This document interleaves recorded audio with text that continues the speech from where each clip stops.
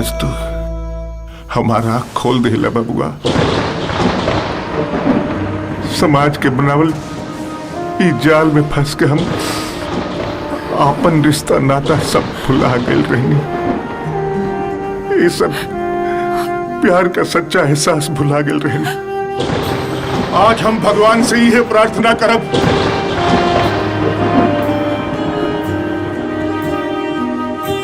कि तुहार जैसन औलाद भगवान सब के दे।